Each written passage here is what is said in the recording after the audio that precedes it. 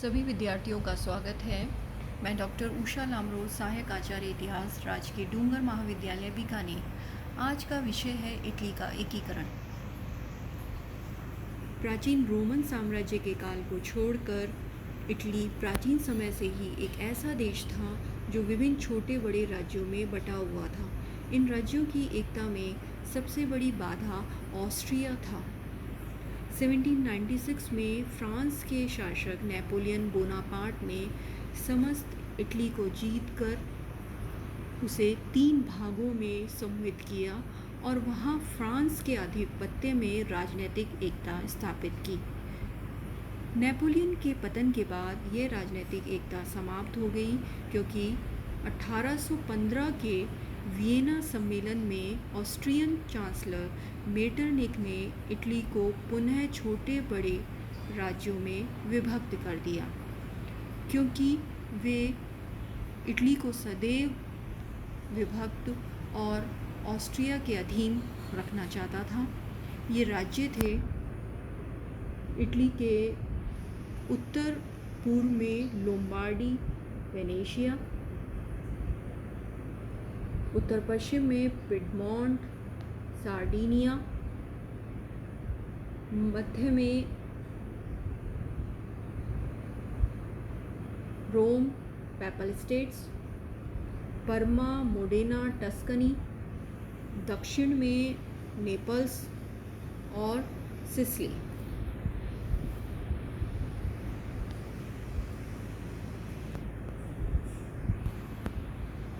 अब विद्यार्थियों, हम इटली के एकीकरण में उपस्थित विभिन्न बाधाओं की चर्चा करेंगे।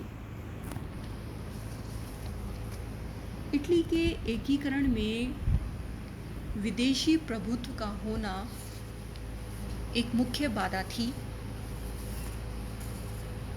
इटली पर ऑस्ट्रिया का जबरदस्त प्रभाव था।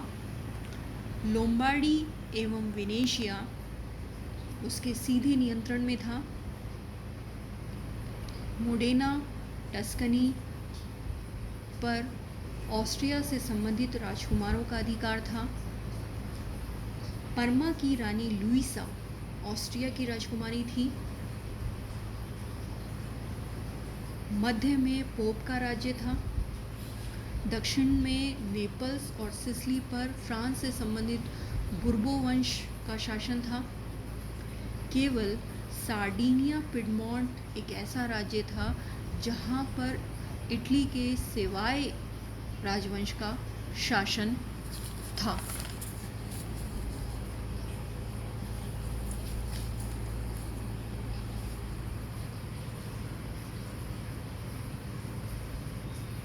इटली की भौगोलिक स्थिति भी उसकी एक मुख्य बाधा थी।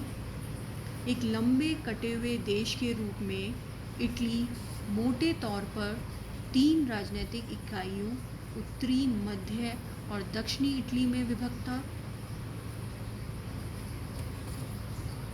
इटली का एकीकरण किस विचारधारा के अंतर्गत किया जाए, इस बारे में भी वैचारिक मतभेद थे। मैजिनी इटली का एकीकरण एक गणराज्य के रूप में करना चाहता था, वहीं जियोबर्टी पोप के अधीन इटली के सभी राज्यों का एक संघ बनाना चाहता था। कावूर सार्डिनिया पिडमोंट के नेतृत्व में इटली का एकीकरण चाहता था और संवैधानिक राजतंत्र के पक्ष में था। आर्थिक विषमताएं भी इटली के एकीकरण के मार्ग को अवरुद्ध कर रही थी। दक्षिणी इटली अविकसित तथा ग्रामीण था, वहीं दूसरी ओर उत्तरी इटली अर्ध औद्योगिक था। तो ये सारे कारण थे जो कि इटली के एकीकरण में बाधा उत्पन्न कर रहे थे। इटली ने किस तरीके से इन बाधाओं को पार किया और एक संयुक्त इटली का निर्माण हुआ, इसके बारे में अब हम चर्चा करेंगे। इटली के एकीकरण के विभिन्न चरण। पहला चरण मैजिनी का योगदान। 1830 में फ्रांस में क्रांति हुई और वहाँ पर संवैधानिक राजतंत्र स्थापित किया गया। इसका प्रभाव इटली पर भी पड़ा और इटली में भी राष्ट्रवाद की लहर उठी। लेकिन इस राष्ट्रवाद की लहर को ऑस्ट्रिया ने सैनिक कार्रवाई करते हुए कुचल दिया, किंतु इटली में राष्ट्रवाद की विचारधारा की ज्योति बुझ न सकी और इसे जलाए रखने का श्रेय गया मैजिनी नामक इटालियन देशभक्त को। वह एक स्वाभिमानी देशभक्त था जो संपूर्ण इटली में गणराज्य स्थापित करना चाहता था। इसी उद्देश्य की प्राप्ति के लिए 1831 में उसने यंग इटली नामक एक संगठन की स्थापना की। इस संगठन का मुख्य उद्देश्य इटली को एकता प्रदान करना, इटली का एकीकरण करना और वहाँ पर गणराज्य की स्थापना करना था। इस उद्देश्य की प्राप्ति के लिए देश को ऑस्ट्रिया के प्रभाव से मुक्त करना आवश्यक था। मैजिनी ने इसके लिए नौजवानों को संगठित करना प्रारंभ किया।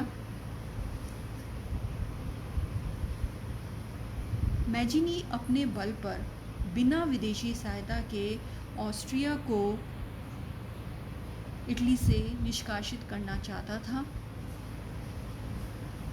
उसने यंग इटली के सदस्यों में नैतिक बल, बलिदान, राष्ट्रवाद की भावना का विकास किया। उसके द्वारा प्रशिक्षित नौजवानों ने गांव-गांव और शहर-शहर यात्राएं करके राष्ट्रीयता का प्रसार किया। 1848 में जब फ्रांस में क्रांति हुई तो इसके प्रभाव स्वरूप मैजिनी और उसके अनुयायियों में भी एक जोश भर दिया। उन्होंने रोम, लोम्बार्डी, वेनिस आदि राज्यों में विद्रोह शुरू करवा दिए। रोम पर मैजिनी एवं उसके साथियों ने अधिकार कर लिया। इस कारण से पोप को देश छोड़कर जाना पड़ा। रोम में मैजिनी ने गणराज्य की स्थापना की। वेनेशिया में भी एक गणराज्य स्थापित किया गया। सार्डिनिया पिडमोंट के शासक चार्ल्स एल्बर्ट ने भी अपने राज्य में उदारवादी संविधान स्थापित किया, परंतु एक वर्ष के भीतर ही 1849 में फ्रांस की सैन्य सहायता से पोप ने रोम पर और ऑस्ट्रिया ने वेनेशिया पर पुनः अधिकार कर लिया। तो इस प्रकार मैजिनी के द्वारा शुरू किया गया इटली में राष्ट्रवादी विद्रोह शीघ्र ही दबा दिया गया।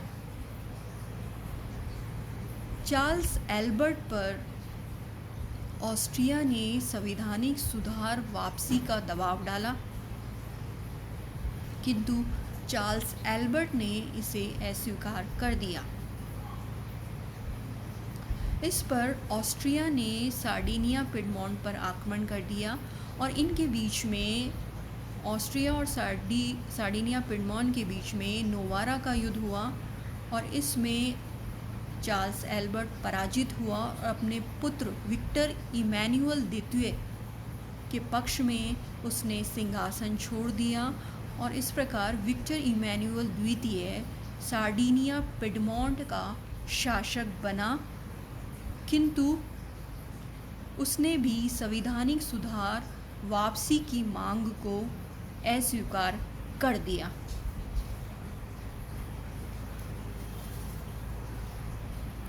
अब आइए दूसरा चरण और कावूर। इस प्रकार मैजिनी द्वारा प्रेरित राष्ट्रवादी क्रांति असफल हुई, किंतु इटली के राष्ट्रवाद की दिशा में इसका ये आशावादी एवं सकारात्मक परिणाम यह हुआ कि सार्डिनिया पिडमोंट के शासक विक्टर इमैनुअल द्वितीय ने एक उदारवादी संविधान लागू किया और ऑस्ट्रिया के दबाव में भी इसे रद्द नहीं किया। इससे इटली के राष्ट्रवादियों को इस शासक से ये आशा होने लगी कि संभवतः इसके नेतृत्व में ही भविष्य में देश का एकीकरण हो सकेगा। सार्डिनिया के शासक विक्टर इमैनुअल द्वितीय ने 1852 में कावूर को अपना प्रधानमंत्री नियुक्त किया, जो कि विक्टर इमैनुअल द्वितीय के समान सेवाए राजवंश से संबंधित था, किंतु हृदय से उदारवादी था एवं सार्डिनिया पिडमोंट के नेतृत्व में एक संवैधानिक शासन स्थापित करना चाहता था। मैजिनी के आदर्शों पर आधारित इटली के राष्ट्रवादी आंदोलन की असफलता से ये एकदम स्पष्ट हो गया था कि विदेशी सहायता के बिना इटली का एकीकरण संभव नहीं है। इस उद्देश्य की प्राप्ति के लिए ऑस्ट्रिया को परास्त करना आवश्यक था। अतः कावूर सार्डिनिया पिडमोंट के अधीन इटली के एकीकरण के उद्देश्य की प्राप्ति के लिए विदेशी सहायता प्राप्त करने का प्रयास करने लगा और शीघ्र ही 1854 में उसे ये अवसर भी मिल गया, जब रूस के विरुद्ध फ्रांस एवं इंग्लैंड ने युद्ध की घोषणा कर दी।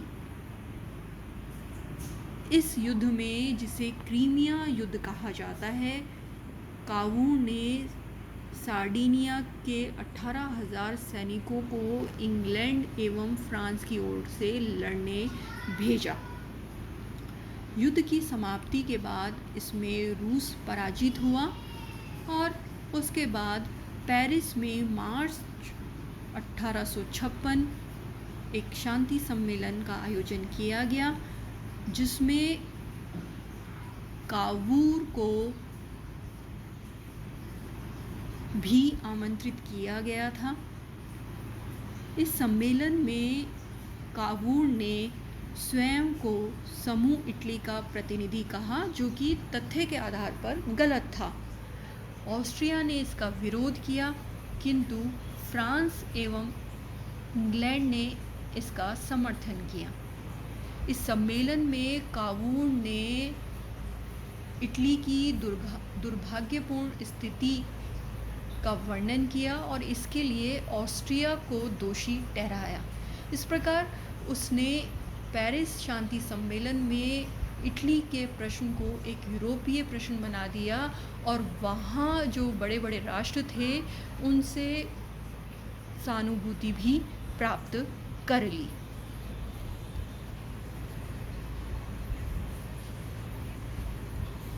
इस प्रकार पेरिस शांति सम्मेलन में कावूर को सार्डिनिया पिडमोंट के नेतृत्व में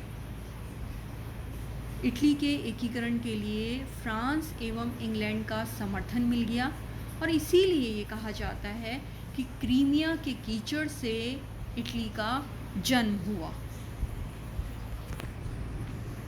कावूर ये जानता था कि इटली के एकीकरण में सबसे बड़ी बाधा ऑस्ट्रिया है और उसके साथ में इटली के एकीकरण को पूरा करने के लिए युद्ध होना आवश्यक है। और वो ये भी जानता था कि बिना किसी विदेशी सहायता के ये संभव नहीं है। तो इस कारण से उसने फ्रांस से सहायता प्राप्त करने की कोशिशें शुरू कर दी और उसे जल्दी ही इस बात पेरिस शांति सम्मेलन के बाद इस दिशा में सफलता भी मिल गई। फ्रांस के शासक नेपोलियन तृतीय और कावूर के बीच में 1858 पैलोम्बियर्स का गुप्त समझौता हो गया और इस समझौते के अनुसार ऑस्ट्रिया के विरुद्ध संभावित युद्ध में नेपोलियन तृतीय ने सार्डिनिया पिडमोंट को सहायता देना स्वीकार कर लिया।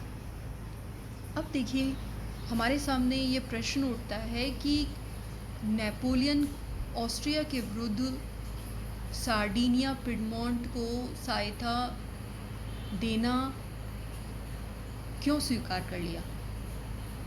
देखिए इसके पीछे पहला कारण तो ये था कि कावूर ने इस सहायता के बदले फ्रांस को सेवाए और नीस के प्रांत देना स्वीकार किया था और दूसरा कारण ये था कि 1815 के वियना सम्मेलन में जिस तरीके से फ्रांस का अपमान किया था उस अपमान का बदला नेपोलियन तृतीय ऑस्ट्रिया से लेना चाहता था।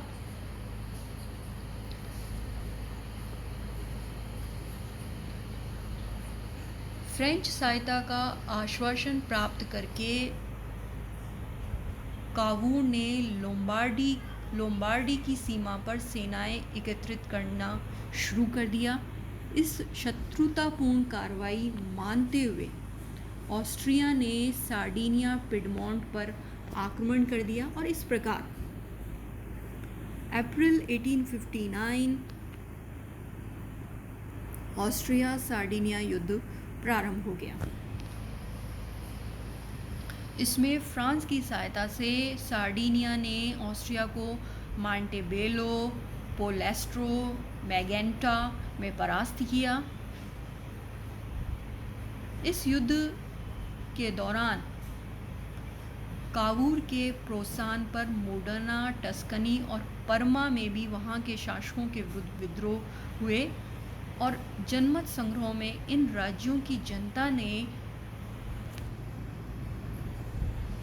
पिडमोंट में विलय के पक्ष में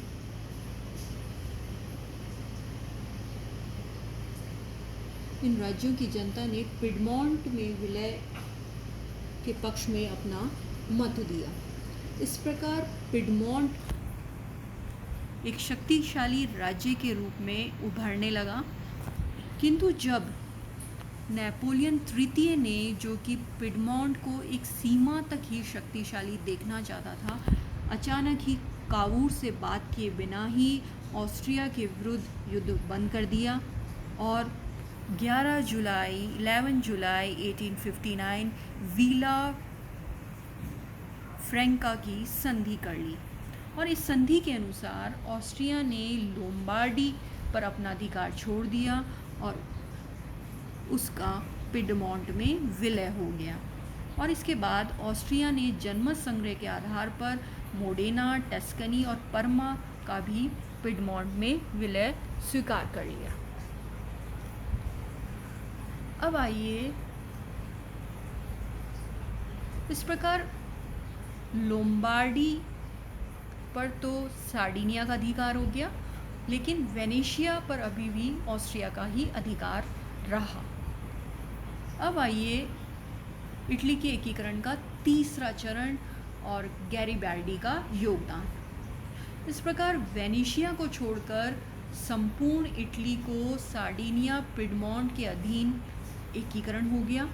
अब केवल मध्य इटली में रोम एवं दक्षिणी इटली में नेपल्स एवं सिसिली का एकीकरण ही शेष था और दक्षिणी इटली के एकीकरण का श्रेय जाता है गैरीबाल्डी नामक इटालियन देशभक्त को, जो कि विदेशी सहायता की अपेक्षा सीधी कार्यवाही में विश्वास रखता था और इसी उद्देश्य की प्राप्ति के लिए 1860 में लाल कुर्ती नामक एक उसने क्रांतिकारी संगठन बनाया और इस दल के 1000 सैनिकों के साथ सिसिली पर आक्रमण किया और शीघ्र ही सिसिली और साथ में नेपल्स पर भी गैरीबाल्डी का अधिकार हो गया।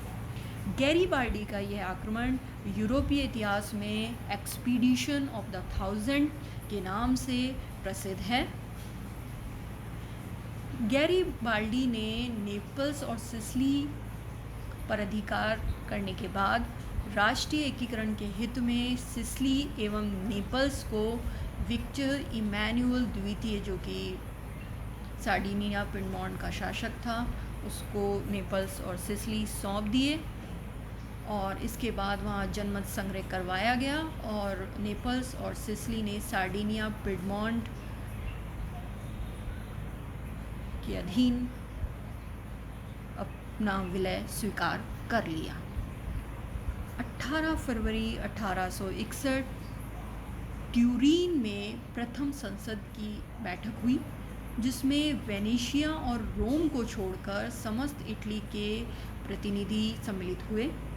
विक्टर इमैनुअल द्वितीय को इस संसद में इटली का शासक स्वीकार कर लिया गया और इस प्रकार सार्डिनिया का राज्य इटली का राज्य हो गया।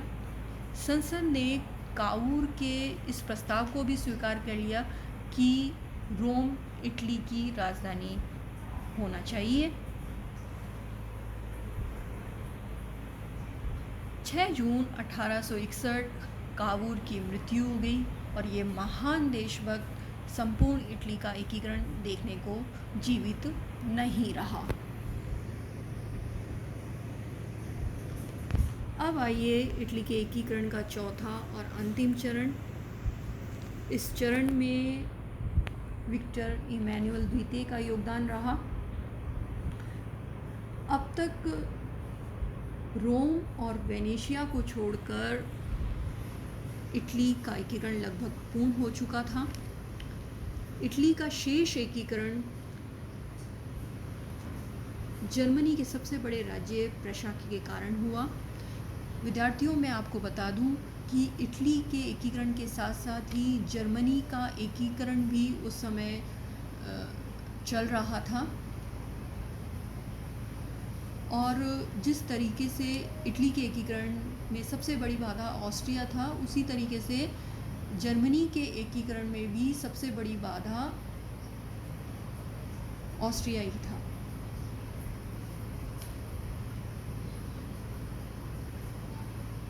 कावूर के बाद सार्डिनिया पिडमोंट के शासक विक्टर इमैनुअल रोम और वेनेशिया को इटली के अधीन लाने में उचित अवसर की प्रतीक्षा में थे और यह अवसर मिला 1866 में। 1866 में ऑस्ट्रिया और प्रशा के बीच में युद्ध चल रहा था। इस युद्ध में विक्टर इमैनुअल ने प्रशा की सहायता की। विक्टर इमैनुअल की सहायता से प्रशा ने सोडोवा के युद्ध में ऑस्ट्रिया को पराजित कर दिया और इस सोडोवा के युद्ध के बाद प्राग की एक संधि हुई और इस संधि के द्वारा जर्मनी के चांसलर बिस्मार्क ने ऑस्ट्रिया से वेनेशिया को लेकर इटली को दिलवा दिया। तो इस प्रकार वेनेशिया भी इटली को प्राप्त हो गया। इस प्रकार रोम को छोड़कर संपूर्ण इटली का एकीकरण 1866 में पूर्ण हो चुका था। अब केवल रोम ही बचा था, लेकिन रोम की विजय एक दुष्कर कार्य था, क्योंकि फ्रांस के कैथोलिक शासक नेपोलियन तृतीय ने रोम की रक्षा के लिए फ्रेंच सेना की एक टुकड़ी वहाँ पर नियुक्त की हुई थी, परंतु 1870 में फ्रांस पर प्रशा ने युद्ध कर दिया। तो इस कारण से नेपोलियन तृतीय को फ्रेंच सेना रोम से हटानी पड़ी। अवसर का लाभ उठाते हुए विक्टर इमैनुअल द्वितीय ने रोम पर सरलता से कब्जा कर लिया और रोम का सार्डिनिया पिडमोंट में इस तरीके से विलय हो गया। इस प्रकार 1870 में संपूर्ण इटली का सार्डिनिया पिडमोंट के अधीन उसके शासक इमैनुअल द्वितीय के नेतृत्व में एकीकरण का कार्य पूर्ण हुआ। विक्टर इमैनुअल द्वितीय की अध्यक्षता में इस नवनिर्मित राष्ट्र में एक संवैधानिक राजतंत्र की स्थापना हुई और जिसकी राजधानी रोम को बनाया गया। इस प्रकार एक विभाजित इटली से एक संयुक्त इटली का निर्माण हुआ और निष्कर्ष के रूप में हम कह सकते हैं कि इटली का एकीकरण 4 प्रमुख नेताओं मैजिनी, कावूर, गैरिबाल्डी तथा विक्टर इमैनुअल सेकंड की देन था। मैजिनी इसका पैगंबर, कावूर इसका कूटनीतिज्ञ, गैरिबाल्डी इसका योद्धा और विक्टर इमैनुअल सेकंड इसका संरक्षक था। धन्यवाद।